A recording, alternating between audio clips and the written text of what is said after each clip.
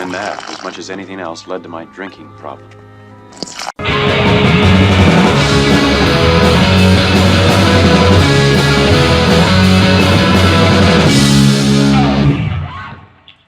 Hello, ladies and gentlemen. My name is Paul Workman, and I am the man of constant hatred. I'm Manny Classic, and this is Drinking Age Movies, a review show where we review movies from 21 years ago. And this week we say happy 21st birthday to a movie that'll have you singing Bitty Bitty Bum Ba. That's right, we're watching Selena.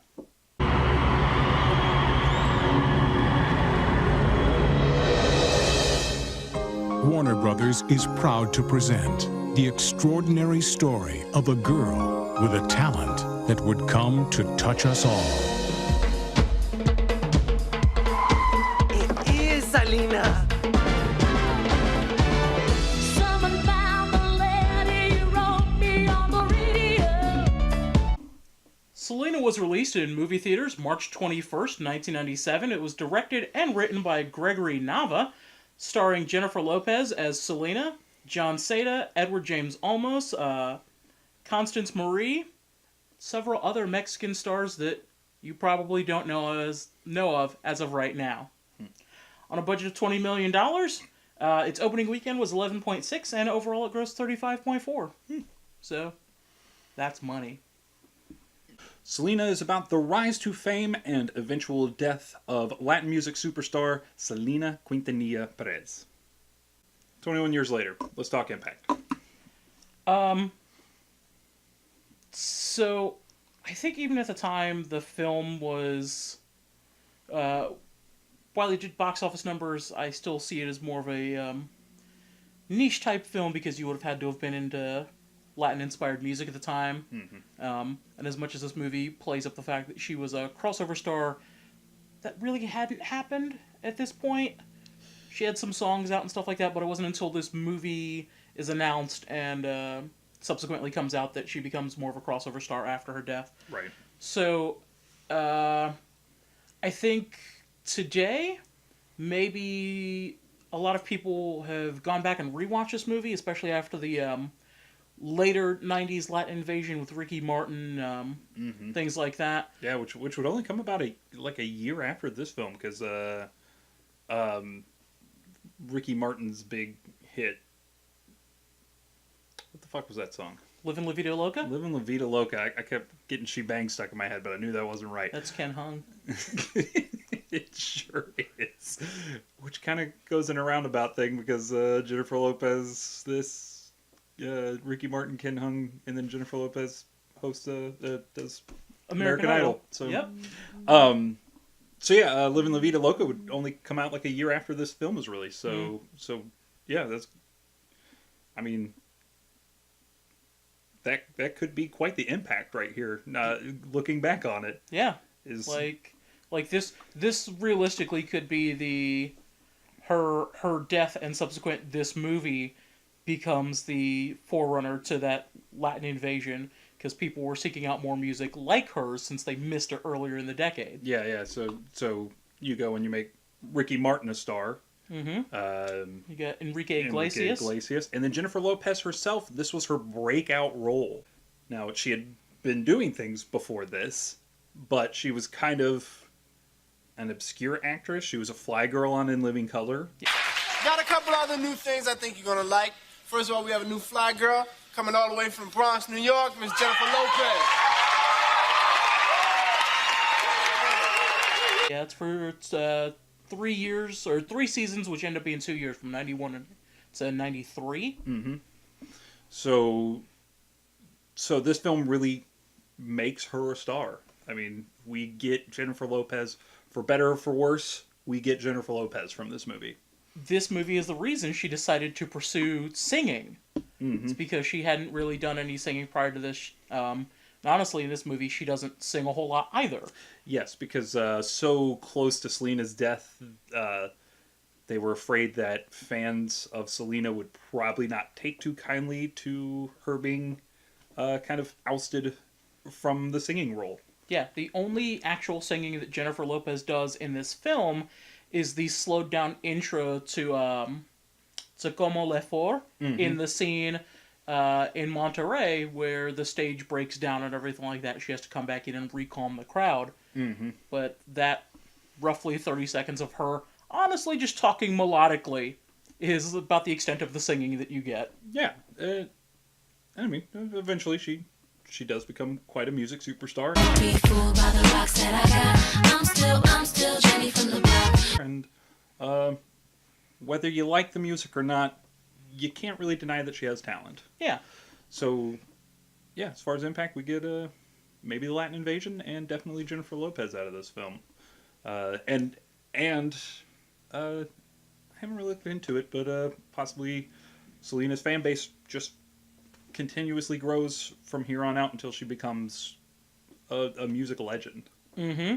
So, I mean, she was already reaching that status among the Latin American community, but the fact that it branches out from Latin Americans to the overall public, definitely a bit of an impact. Yep. Hey, how do we feel about this film overall? I think the film is fine. I will set personal feelings aside to say it's a fine film for what it is.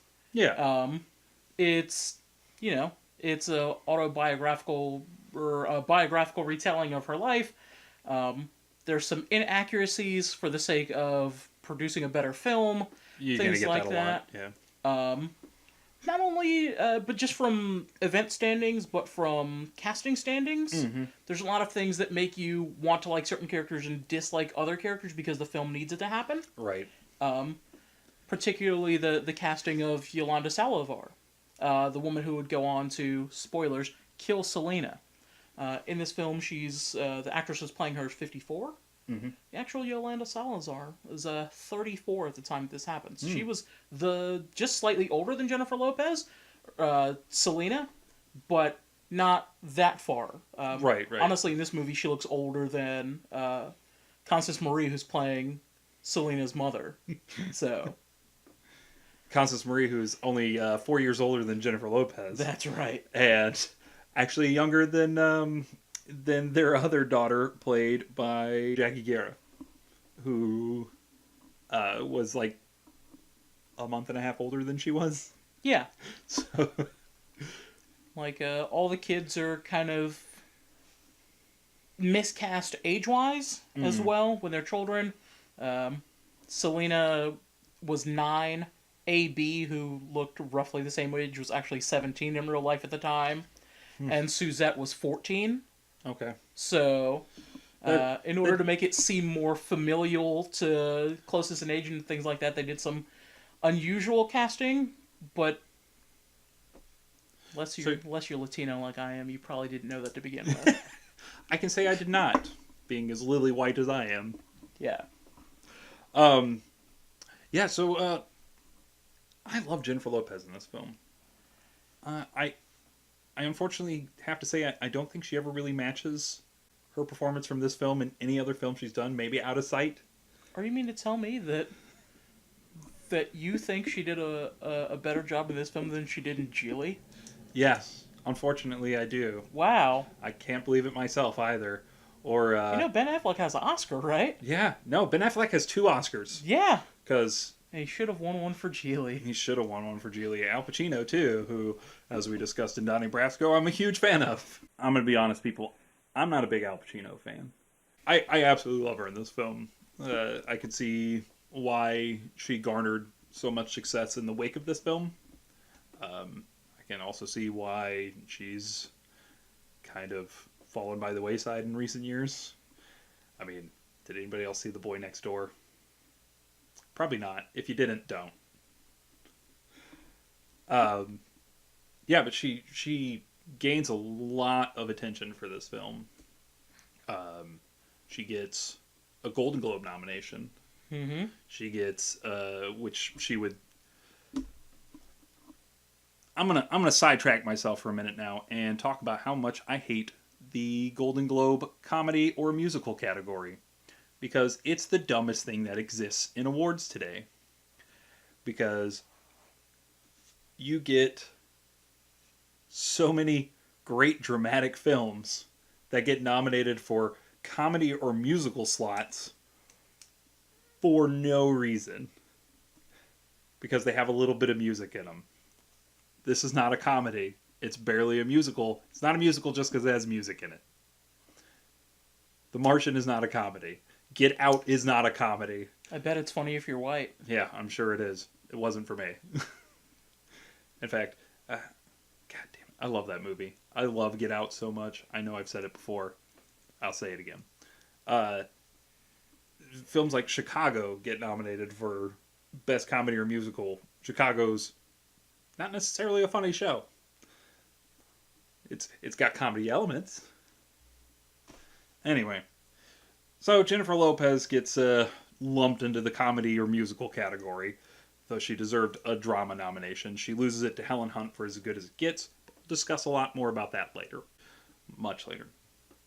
She gets an MTV Movie Award nomination when I feel around the time that the MTV Movie Awards are actually worth something. They're the awards of the people at this point. And I feel like they were really good. They were, I don't know, from about like 93 to 98 or 99, they were pretty good. Like, they took the awards seriously. They put a lot of great actors and performances up for these awards that normally wouldn't get awards. I mean, Jim Carrey continues to win a lot of like Best Comedy Performance awards while he's getting snubbed at the Oscars for stuff like Truman Show and Man on the Moon. Truman Show's a great film, The Man on the Moon. You probably can't see it right now, but there's Andy Kaufman hanging directly behind Paul's head. Yeah. She gets nominated for Best Breakthrough Performance, which she then loses to Heather Graham in Boogie Nights, which we will also get to later, because, 97. She wins the Lone Star Film and TV Award. She wins the American Latino Media Arts Award for Best Outstanding Actress. She gets a lot of great recognition for this. She gets awards, she gets nominations, and it's all well deserved because she's fantastic in this film. Mm-hmm. I hate to say it like this, but prior to kind of this movie, Jennifer Lopez is in a few things, and it's usually because she's just a beautiful woman. Mm-hmm. Especially her turn as a fly girl. She's a beautiful woman that can dance.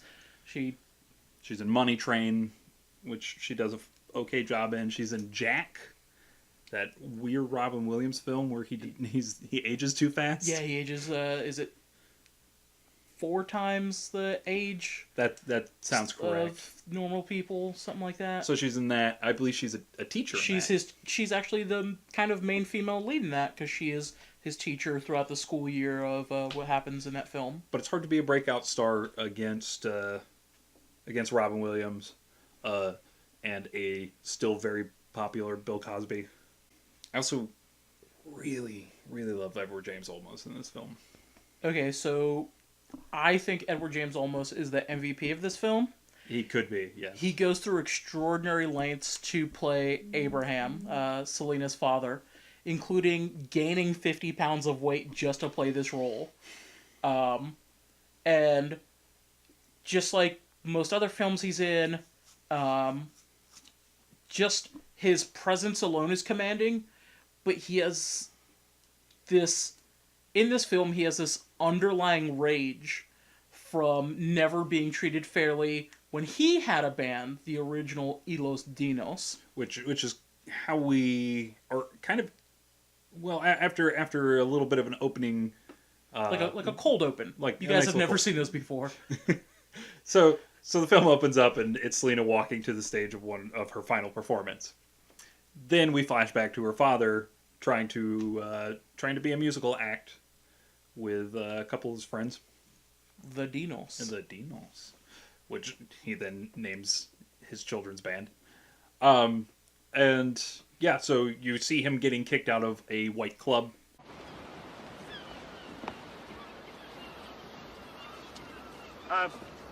This is for you. For all your trouble coming out here today. I sure do appreciate it. But, there's been a mistake, and, we can't do the audition today. Or rather, turned away, not kicked out, because he's never let into the entrance. They pay him to leave, and he tears up the check and throws it into the sand. Then you see him get kicked out of a Tejano club for playing white music. And apparently, according to that one woman, Tejanos love to dance. We want to dance real music! That is She says it like 9 times in that scene. Yeah, she really She's does. just screaming it just a lot. Yeah. I want to dance! Tejanos love to dance. It's really weird she said it in English, though, to make sure you understood it. Yeah, no, and he is a really good emotional anchor to this film, because while Selena is kind of navigating fame and coming into adulthood at the same time, he's trying to guide her the best he can. But as you said, he's got this underlying rage. He's trying to make sure that his daughter is successful, and her success and her success is kind of first to him. Her happiness is a little second. So you get these scenes like the first time she performs at this like county fair. She rips off her jacket and she's wearing this bustier, which she becomes famous for. Boosty what? ¿Qué está pasando? Marcela? Marcela? What is she wearing? She's practically got nothing on. She's in her bra. So they're on the bus, and he's freaking out at her, telling her that she can't just go around wearing a bra. And then it kind of goes to later that evening after the freak out, and she is draped over his shoulders, talking to him like she's his little girl, and she's trying to convince him that what she has done is not lewd, but instead just kind of the style, and she's got to keep up with the style and not be old-fashioned.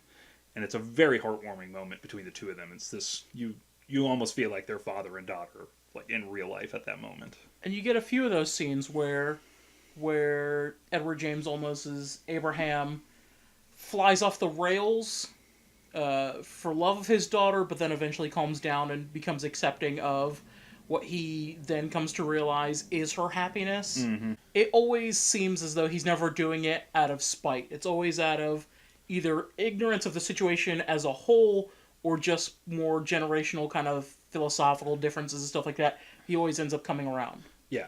So he's being protective, but he's not doing it in the best way. Yeah. But he comes to realize it, and eventually she starts dating her guitarist, Chris Perez, played by John Seda. And she wants to marry him. He tells her no. She essentially says, you can't stand in the way. They go elope. And you get another beautiful scene between the two of them where he discusses how hard it is for him to let go of her because she's his little girl. And in, like, real, true Abraham fashion, he didn't want that scene in the movie. Oh, yeah? He didn't want that scene in the movie because he didn't want the eloping to be pushed out to what he thought were Selena's younger fans, that it was okay to just get married and stuff like that. And it wasn't until he was convinced by the director Gregory Nava that it's a emotional moment and needs to be told that he eventually relented and allowed this to be in the movie. Also, it's the first time he ever found out exactly how the wedding happened. Oh. Like, prior to this movie being filmed, he knew that they had got married, but never the circumstances that led directly up to it, and them eloping and stuff like that, so... Huh. Yeah. Wow. There you go. You learn something new every day. No, and he plays the scene so well. He's just an emotional wreck. He just carries it beautifully. So, it's a real Spanish thing that it's like this weird stereotype where, like, Spanish males in particular are these gruff, tough exterior things. It's like this Latino machismo thing, which Edward James almost probably is tapping into his real life, but definitely he plays it as Abraham, these really tough exteriors, and then the heartwarming tenderness that he ends up having underneath. So yeah, it's just really a cultural thing that it's beautiful. It is. It's a gorgeous moment in the film. Also, like, Constance Marie is wonderful in this. This is kind of a big role for her at the moment. Mm-hmm. She's also, a lot of the actors in this film have, again, these are the kind of actors who they've done other things to this point. A lot of it is Latin based, so you get them in. If you're a fan of Latin television and film, you see these faces a lot. But this is kind of a big film for a lot of them. A lot of the actors in this film. So you get Constance Marie kind of breaks out from this one as Selena's mother. She's absolutely wonderful. I think she's wonderful in this film because she plays two wholly separate roles. Playing the younger version of Selena's mother when she's a child, and then going through all the prosthetics and everything like that, makeup and hair, to make her look like an entirely different person as the modern day version. Right. It's almost unrecognizable that it's still Constance Marie underneath. But yeah. I kept saying she reminded me of another actress as the older version, and I still can't think of who it is. So if you think Constance Marie in this movie looks like somebody else, please let me know who in the comments. Yeah, if you think Constance Marie as modern Selena's mother just looks like a Latino Golden Girl, you just go ahead and tell us which Golden Girl in the comment. I'm going for Rue McClanahan. Ooh, good pull. Jacob Vargas is really good in this film. He's great in Jarhead. He's also unbelievably good on Luke Cage. Which, see Luke Cage if you haven't seen Luke Cage. It's possibly one of the two best things that Marvel's ever done. John Cena, I can't say I really paid attention to his career after this, but he's really good in this film. I feel like my biggest problem with John Cena in this film is that even though he's the lead guitarist and Selena's husband, he doesn't really do anything outside of kind of be the catalyst to the marriage and stuff like that. Mm-hmm. He's introduced more than halfway through the film. So he just... It's not that he's bad in the film. I think he just never really gets a chance to shine because the film is about Selena, and the character of Chris Perez in real life was a very limited amount of time in which he was a major contributor to the band or her life, especially with the marriage thing. So he didn't get a long time. So in the movie, he doesn't get a long time. Yeah. So like Yolanda, she's kind of there, and then suddenly she's robbing them and killing Selena. It happens very quickly, but I mean that's gotta be how it felt in real life, because I mean she just kind of comes in. She's honestly in the film like the last 15 minutes of the film, and that's about it. Yeah, so she just comes in, kills Selena, and that's a little it, and it's jarring and it's heartbreaking. So this goes on to do really well at the Alamo Awards. Mm-hmm. It wins Best Feature. It wins Best Director. It gets Best Actress, of course, and Best Actor for Almost, who, like we said, is wonderful. Mm-hmm. It also gets nominated for John Seda for Supporting Actor as Chris Perez, and Jackie Guerra for Suzette, Selena's sister, who's obviously also wonderful in this film. Mm-hmm. She does a lot of great things in this film. And then Dave Grusin, who does did the score for this film, gets a Grammy for doing the score. He doesn't get an Academy Award nomination, but he does get a Grammy. He's already sitting on an Academy Award from '88 for a film I can't remember the title of at this moment. It's gonna go right here. But this does fairly well on the awards circuit.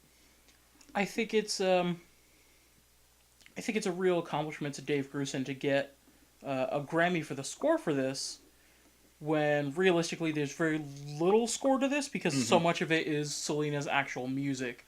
Or other music in general. Like there's a few pop song pulls. You get "Welcome to the Jungle" by Guns N' Roses, a couple other ones. Off the top of my head, I can't remember, but you hear Guns N' Roses twice. You know, I'm a fan of that. Mm-hmm.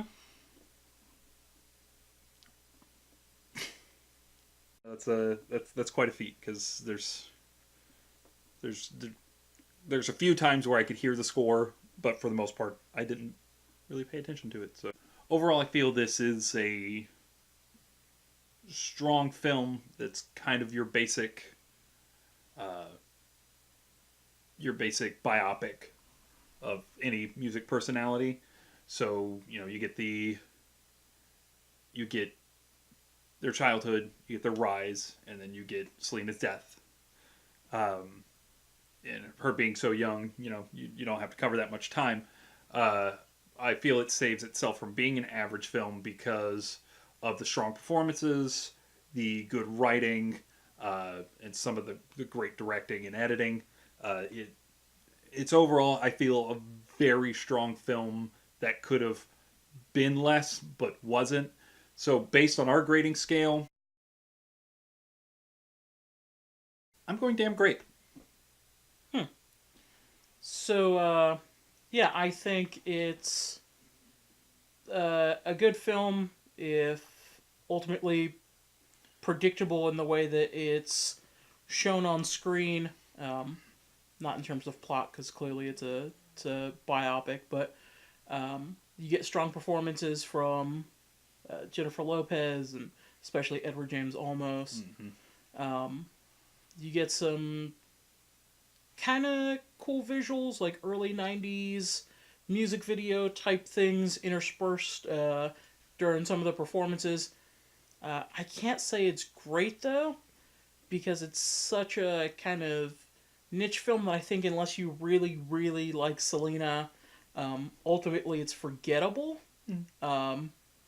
There's very few scenes that I think are memorable outside of maybe the Cholos ripping their bumper off at the bus.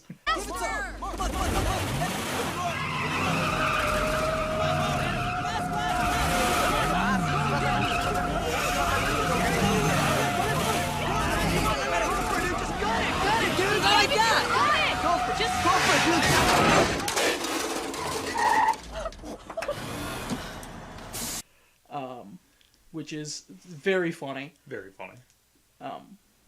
But I don't think I go about talking about this tomorrow, next week, next month. And it might be a thing where I guess in this part of the year we're starting to get better movies. That's fair. Especially if you guys go back and watch like the Lost Highway review. That's a really great movie that, as you can see, I'm still talking about a month later. Yeah. So on our scale, I'm going to say it's damn average.